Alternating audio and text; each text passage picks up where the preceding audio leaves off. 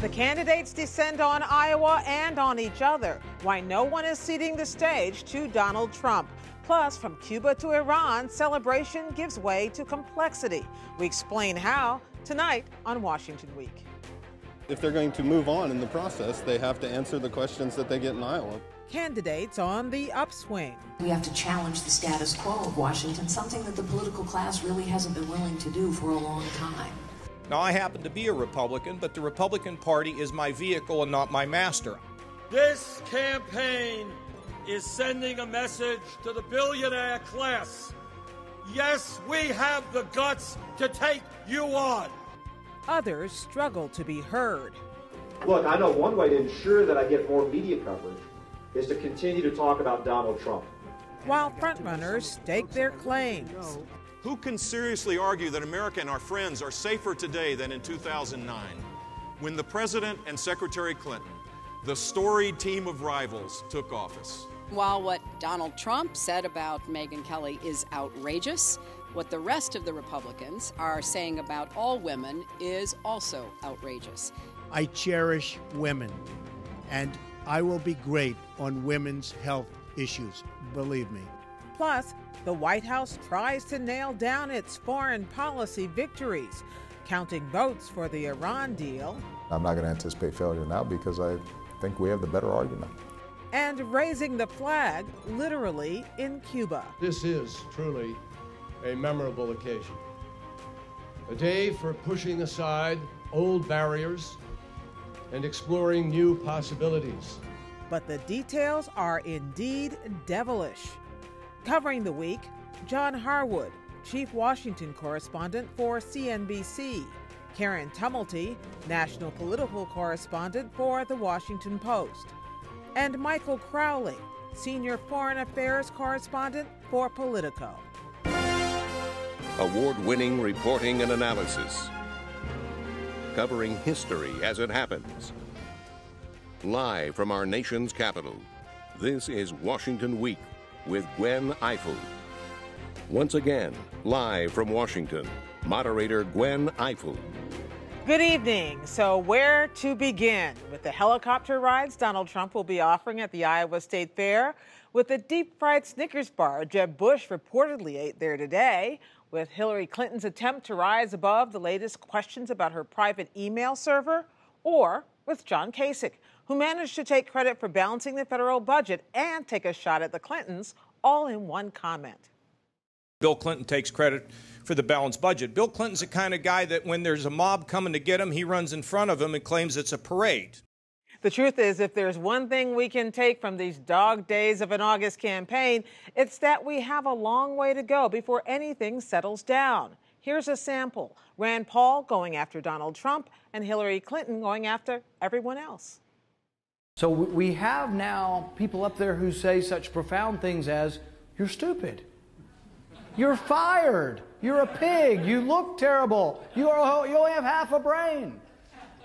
And then when you respond with an argument, it's like, "You're stupid." They brag about slashing women's health care funding. They say they would force women who've been raped to carry their rapist's child. And we don't hear any of them supporting raising the minimum wage, paid leave for new parents, access to quality child care, equal pay for women, or anything else that will help to, give women a chance to get ahead. The polls are up and down. Most of the field is scrambling for money and attention, and the rest of us are left looking for clues. So who had the biggest ups and who had the biggest downs this week? Start with you, Karen. Well, it depends on where you're looking. Donald Trump pulled out ahead in some polls in Iowa, which was very, very bad news for Scott Walker, who'd been sitting on top of those polls. But I think the more intriguing story, other than the continuing Donald Trump hurricane, are some of the people who did pretty well in that first debate, who are now sort of beginning to see an opening, beginning to get a little bit of oxygen. We are seeing John Kasich suddenly moving some in New Hampshire. Carly Fiorina is got, I don't know if you can call it that big of a bump when it's just, you're just talking about a few percentage points. 4% to 7%. But it may be enough to get her on that stage, Yeah. get her on the grown-up stage for the next debate. Ben Carson, another one who I think people are just taking a second look at. And at this stage in the process, that's what you want to happen. That counts for a lot. John, who did you see go up and down? Well, I think we're at the end of the beginning of the first phase of the campaign.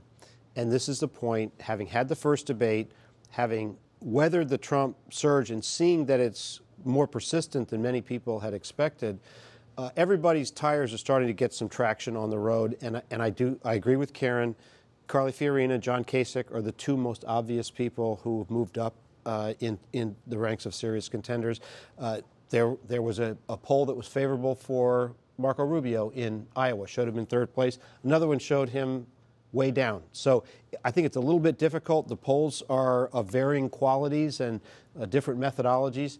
But I think you had some strong performances in the debate, and those people are beginning to realize how they have to engage with each other and have to engage with Trump. Oh, and by the way, there was some very tangible bad news out of the Rick Perry camp earlier, which is that he announced he was no longer paying his campaign staff. His super PAC is paying them, but that's never a good sign. It is not. And if he can't get on the grown-up stage for the next debate, it's really beginning to be hard to imagine how he can even continue, even with a super PAC. Forgot one loser.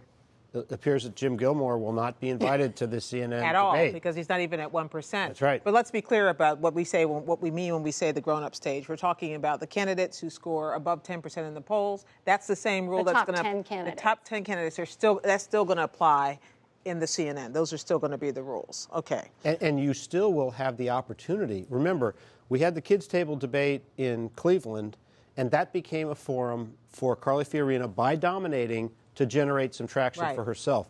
That opportunity will still be there at that second debate for somebody else if they can seize it. Okay, we haven't talked about the big front runners, the people who were definitely the ups, or who at least in the past have been seen. Let's start with Hillary Clinton, who today, Karen, gets some more bad news. Yesterday gets more bad news. The day before gets more bad news about this email controversy that never seems to go away. How much can we measure how much it's hurting her? It certainly isn't helping. Well, the big news this week was that her attorney, David Kendall, had turned over to the FBI. You never want to hear the FBI mentioned when you are running for president. Had turned over a thumb drive that it had copies of all of her emails on them. A few weeks ago, they were insisting they were not going to do that. What this says is that this investigation that began and may continue to be contained to the question of, is all the sensitive material that may have been in those emails accounted for and under government control? But right now, what's making the Clinton people and the Clinton allies nervous is they don't know whether this is going to go into the larger and more troublesome question of whether Hillary Clinton herself or people who worked for her were not as careful as they should have been in handling sensitive information. And there is potentially a crime in there if that can be shown that this was done intentionally. In their defense, what the Clinton people seem to be doing is establishing as much distance between the candidate herself and any controversial behavior, and also making it as confusing as possible, because maybe voters look at it and say, like Whitewater, I just can't keep track, but it makes me feel funny. The Clintons' argument is that the classified information that may have appeared in her email, her private server email, was either information that has subsequently been determined to be classified, was not at the time, or that was not marked as classified, even if some of the information was. And so that she was unwittingly perhaps exchanging information with aides who were on their state.gov accounts that may be problematic. And so the FBI is trying to figure out, did Russia and China hack her system? There's no evidence that that happened, but some people wonder about it. Just how vulnerable was that system? Whatever happens as a result of the investigation, we know that her favorability has been hurt. She's underwater. In the NBC Wall Street Journal poll, she was minus 11 points, 32 or 30, I forget the exact numbers, but it was double digit on the negative side. But I do note historically, Bill Clinton was in double-digit negative territory before his 1992 convention and turned it around. And one thing that we maybe ought to stipulate here, at least our reporting at the Washington Post indicates that the most questionable material that investigators have come across is not primarily, it's not things she was sending, it's things that people were sending to her or forwarding to her, in many cases, things she didn't even respond to. And in one case that was, the AP wrote about the information that was in a top secret category, it was based on a news article. And it was about a drone program that was technically classified, but had been written about many times. Didn't help for John Kerry to say this week he suspects his own email has been read by Russia and China. Thanks a lot for the help, Secretary Kerry. So let's talk about another leading person in the race, obviously, Donald Trump. Every week we say this is the thing that's going to stop the rise of Donald Trump, or at least is going to precipitate his fall. And he doesn't seem to fall. He doesn't rise, to be honest. He stays right about there, but right about there when there's 21 people in the race, it's pretty good. So where is he now? He is, it looks like he is now the leading contender in Iowa, and he is going to be there. And interestingly enough, it's not, two things can win the Iowa caucuses for you. It requires both of them. It requires a lot of enthusiasm. It requires a lot of organization. And Donald Trump does appear to be looking at the second half of that equation, too. He's got volunteers on the ground apparently everywhere. And again, this is a suggestion that maybe this is more of a campaign than we thought it was. Well, what about Bernie Sanders in New Hampshire? He seems to be surging. And, of course, he's from a neighboring state, which the Clinton people were quick to point out. But those crowds we saw on the West Coast are not an aberration. No, and it's extraordinary, the crowds that he's drawing. The performance in that poll, can't speak to the reliability of the poll, but it's a very robust result for him. It did have Joe Biden in the poll itself getting 12 percentage points of the vote. But look, Bernie Sanders is, at this moment in the campaign, speaking to the aspiration of Democrats for a much more robust government role in smoothing out income inequality and dealing with other inequities in the society. And he's triggering a response. I think in the case of Bernie Sanders, as in the case of Donald Trump, voters have a different filter when it comes to actually voting and beginning the process of selecting a president. They've got to look at those candidates and say, can I see that person behind the desk in the Oval Office? And I think when that test is applied, Donald Trump fades and Bernie Sanders is not likely to defeat Hillary Clinton. And let's talk about Jeb Bush, and I want to bring you in. Hi there, Michael. I see you over there, so very quietly watching. Jeb Bush gave a big foreign policy speech this week in which he talked about Iraq and about how the failure of the Obama administration, including Hillary Clinton, had been getting out of Iraq too soon. Yeah. Why is he picking that fight? Well, partly because the public's attention is so focused on ISIS. You kind of have to have something to say about ISIS, and he's really forced to confront Iraq in some way because there's just no sidestepping this. There is, an intellectually honest argument to be made that says the Obama administration should have tried harder to reach some sort of agreement with the Iraqi government. The administration says it wasn't possible, but a lot of people who follow Iraq closely say that's debatable. To have left some kind of troop presence in the country to make sure that it didn't fall apart. His argument was Iraq was somewhat stable, but it was fragile at that time. The one problem with that argument, among others, is that Hillary Clinton was among the people who was trying to say to the president, don't pull out, leave a robust troop force, have trainers and advisors and special forces who can kind of zap al-Qaeda types who pop up. So that's one problem with the argument. I think the bigger problem is that, having said that, I think he does have to address it. It's just a really hard subject for him to come out on top on, because even if he's making an argument that you would have some expert opinion says is valid, that Iraq was kind of stable and we could have stayed there, there are so many potholes, like when he says mission was accomplished by 2009. It just sounds kind of ridiculous. It just, there's a quality of... Well, it stirs up bad memories, you would think, for his family and for his supporters. You just don't want someone named Bush talking about Iraq. And in fact, he did what they call the soapbox at the Iowa State Fair today. And those were a lot of the questions and comments he was getting from fairgoers was, what about your brother? What about the Iraq War? So it's really hard for him to get past his last name on any discussion of Iraq. Well, and the question of who broke it in the first place. Well, and the question of, he's been doing this for a while. Why isn't the answer in the box by now? Why hasn't it come up with the answer that puts this to rest? Because I think it's really hard to come up with that answer when you don't want to insult your brother and you're just trying to thread too many needles. And the solution he comes up with is kind of ridiculous, which is this sort of mistakes were made passive construct. And then he starts talking about 2009. Well, not everything was perfect before then, but what I really want to talk about now is what Obama did. And that's just, it's not going to work. It's hard. We really love mistakes were made. That's our favorite formulation in Washington. We're going to talk about in the webcast after the program a little bit about the trial balloons we saw go up and down this week, which was also fun. Thank you both. While the people who would be president jockeyed for position, the current administration did its own jockeying. On Iran, it was nose counting. How much support can the president gather to allow him to win the day on his delicately negotiated nuclear agreement? And on Cuba, will the new and historic opening to the isolated island nation stick? There have been too many days of sacrifice and sorrow, too many decades of suspicion and fear.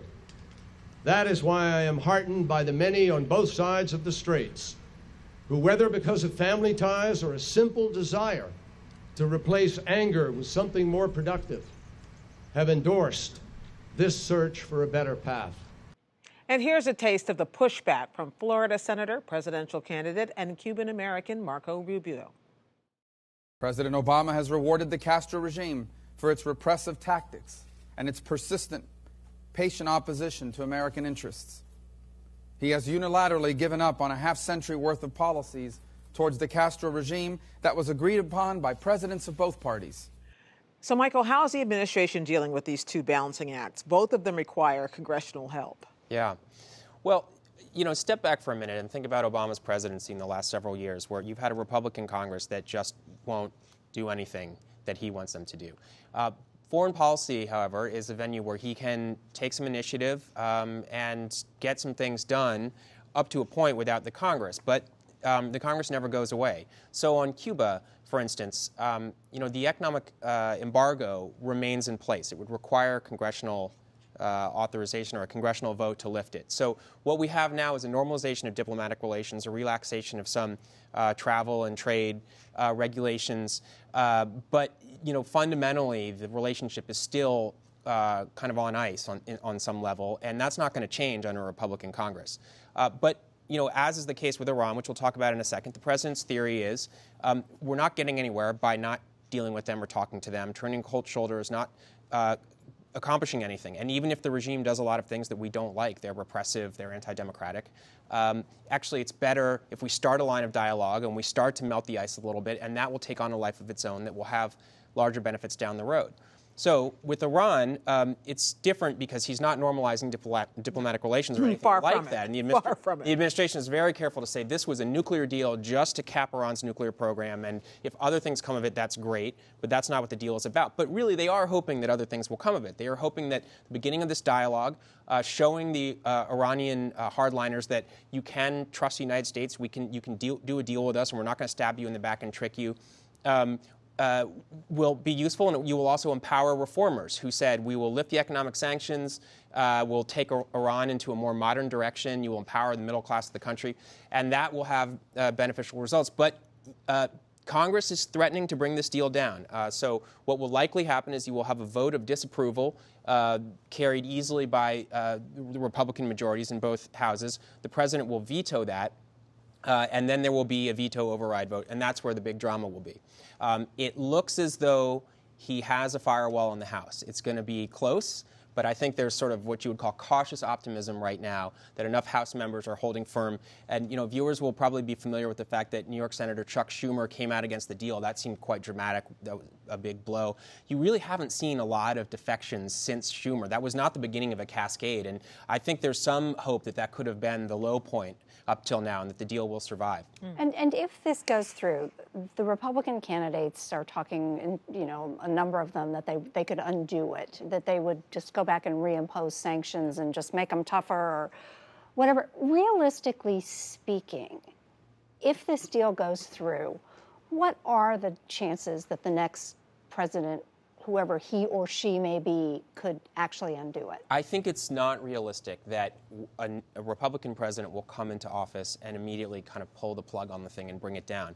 There are different ways they could, there's a kind of passive-aggressive way to, as someone described to me, malign neglect. You could kind of let the deal fall apart. You could increase pressure on Iran to try to provoke a confrontation. You could try to crack down on Iran in other ways, but once the deal has been in place for what would it be 18 months, and you will likely have investment, you'll have economic activity, you'll have a lot of corporate interests who do not want to get burned. It's hard to see the scenario where the Republican president comes in, pulls the plug, and it's over. So I think, and that's one of the great fears of the critics, is that the cake will be baked. And I'd put the same question on Cuba, because I think this is really interesting. And remember that Ronald Reagan campaigned hard against the Panama Canal Treaty. It passed in Jimmy Carter's administration. When he became president, left it alone, didn't do anything. In the debates weeks before the 1980 election, he said he wanted to junk the SALT II treaty, which had not been ratified. He abided by the entire treaty through its expiration.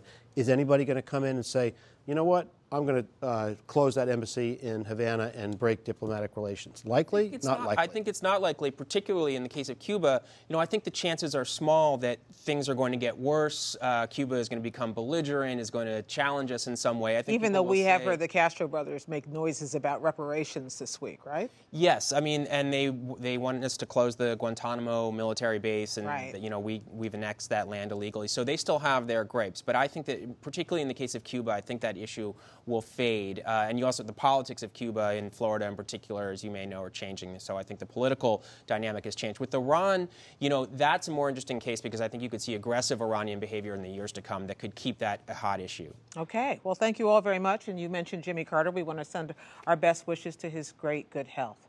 We have to go a little early again this week to give you a chance to support the public television stations who support us. But the conversation continues online on the Washington Week webcast X show, where we'll preview the week to come, trial balloons and all. You can find it later tonight and all week long at pbs.org/Washington Week. Keep up with developments with me and Judy Woodruff on the PBS NewsHour every night, and we'll see you here next week on Washington Week. Good night.